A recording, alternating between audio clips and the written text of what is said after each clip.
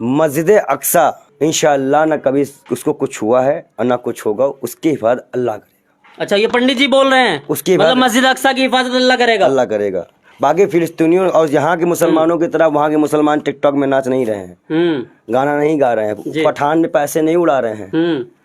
वो सच में अपने ईमान अपने हक के लिए अपने अल्लाह का, और सिर्फ डरते किससे, वो देखते हैं लाशें लेके जाते हैं जी। अपने बच्चे का नाम में लेते, अपने घर का नाम लेते से बोलते हैं अल्लाह अल्लाह अल्लाह अल्लाह। मैं इतना भरोसा आप उनकी, मैं कह रहा हूँ कुछ भी करो, उनके यकीन को देखो।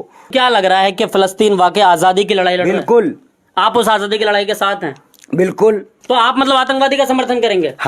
मैंने कहा मैं फिलिस्तीन के साथ हूँ, और फिलिस्तीन कोई आतंकवादी देश नहीं। मूसा अलैहिस्सलाम भी देखते होंगे, नबी से बात करते होंगे तो कहते होंगे यहूदियों को बताइए हमारी कौम कैसी कर रही है, इनकी बख्शाइश करा दीजिएगा आप।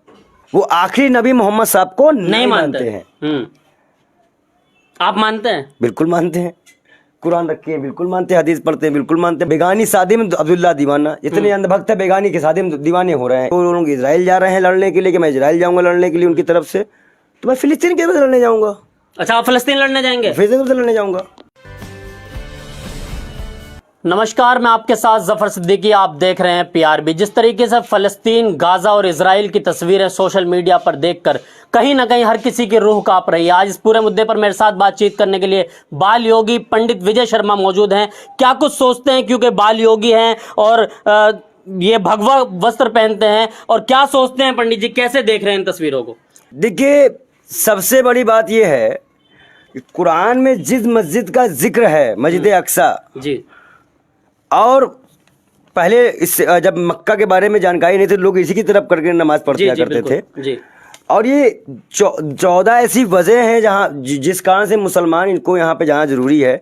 यहाँ सभी नबियों के पैर पड़े हैं। यहाँ ताबूते सकीना का जिक्र है। ये है ताबूते सकीना, एक प्रकार का बक्सा है जिसमें तौरेब की ओरिजिनल कॉपी रखी है। ये आदम अलैहिस्सलाम को मिला था अल्लाह की तरफ से, और ये नस्ले दर नस्ले चलते चलते मूसा अलैहिस्सलाम के बाद याकूब अलैहिस्सलाम के बाद पहुंचा। और इसको रखने के लिए जो पहला घर बनाया गया था उसे हलकेल सुलेमानी कहा गया जी। और ये बात आज इजराइल की फिलिस्तीन लेने की नहीं है, बात इसको शहीद करके यहाँ पर हलकेल सुलेमानी बनाने की जिद है उनकी। असल में हुआ क्या है जी कि कहा गया कि लास्ट पैगंबर अल्लाह ने हज़रत मोहम्मद साहब, नबी हमारे मोहम्मद साहब को, जी, उनके महबूब, उनके नबी को लास्ट पैगंबर माना, कहा। तो जब अल्लाह ने कह दिया कि लास्ट पैगंबर हज़रत मोहम्मद साहब है, पूरे उम्मत के लिए, कुरान पूरे उम्मत के लिए है, उसको सबको मानना है, चाहे वो यहूदी हो, इजरायली हो, कोई XYZ कोई भी जितनी फिरके हैं। लेकिन यहूदियों का मानना है कि ये नबी हमारे कौम से आएंगे जी। वो आखिरी नबी मोहम्मद साहब को नहीं मानते हैं। आप मानते हैं? बिल्कुल मानते हैं। कुरान रखे हैं, बिल्कुल मानते हैं। हदीस पढ़ते हैं, बिल्कुल मानते हैं। बता रहे हैं, बिल्कुल मानते हैं। अब सबसे बड़ी बात यह है कि ये मस्जिद अक्सा जो इतनी पाक साफ है, जहां पे फिलिस्तीनियों का दिल बसता है जी, और पूरे विश्व के मुसलमानों का दिल बसता है जी। लेकिन 1948 में जब हिटलर ने इनको भगाया तो कहाँ है? फिलिस्तीन आए। फिलिस्तीनियों ने इनको अपनी जगह दी, अपनी जमीन दी रहने के लिए, और ये क्या कर रहे हैं? जब वो ऐसे नमाज पढ़ने के लिए सर झुकाते हैं तो उनको लात मारी जाती है, जब दुआ में सर ऐसे करते हैं तब उनको लात मारी जाती है। ये क्या हो रहा है? और किसके लिए कर रहे हैं ये लोग? सिर्फ इस ताबूते सकीना को पाने के लिए जी।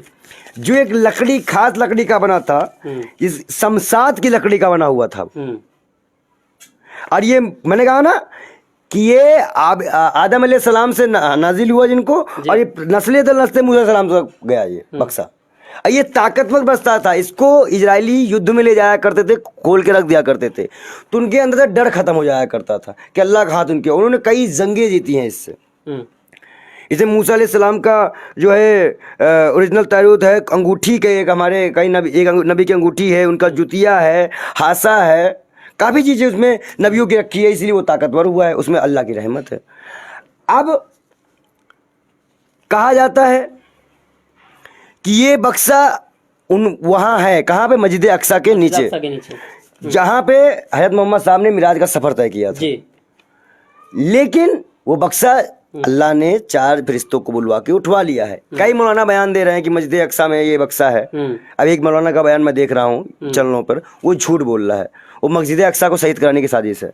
कोई बक्सा कहीं नहीं है, वो बक्सा अल्लाह के पास है।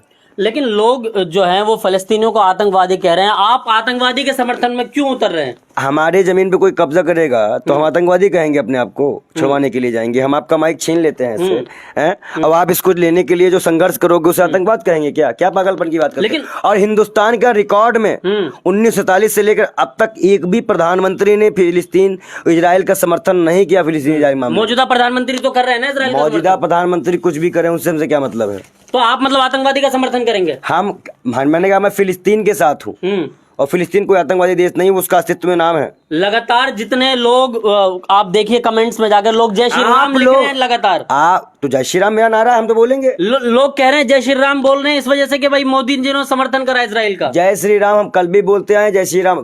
देखिए फिलिस्तीन और अच्छा ही बताओ, इजरायली और फिलिस्तीन भाई भाई वो जो कैसे मूसा की उम्मत ये है और नबी की उम्मत ये है, ईसाई ईसा की उम्मत, इस्माइल से मामला चलते चला आया था। किससे? तो ये अपने भाइयों में ही। अच्छा, बेगानी शादी में अब्दुल्ला दीवाना, इतने अंधभक्त है, बेगानी की शादी में दीवाने हो रहे हैं। 1000 लोगों को लेकर तेलंगाना जा रहे हैं वहां लड़ने।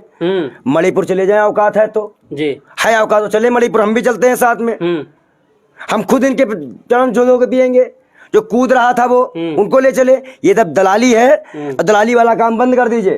ये सब नमूने हैं बेमतलब के। इनको ना अपने धर्म की नॉलेज है, ना इस्लाम की नॉलेज है, ना ये राम को जानते हैं। आप बताइए 8 किलोमीटर तक जो बच्ची चली थी उज्जैन महाकाल में, वो बेटी दर्द से चीखती हुई जो बेहोश हो गई थी, कि उसका जो खून धरती में गिरा था बलात्कार के बाद। आप सोचिए, क्या वहां पे कोई हिंदू मुसलमान सिख ईसाई नहीं था? क्या कोई इंसानी नहीं था? क्यों गेट बंद कर लिया गया? क्या इतना कोई इंसान है? और ये इन्हीं जैसे लोगों की मानसिकता है जो समाज में फैलती जा रही है। हम अमन की बात करेंगे, शांति की बात करेंगे और स्वतंत्र फिलिस्तीन की बात करेंगे, जो अटल जी का बयान है, भाजपा के प्रधानमंत्री अटल जी का बयान है कि भारतीय जनता पार्टी की सरकार आ चुकी है।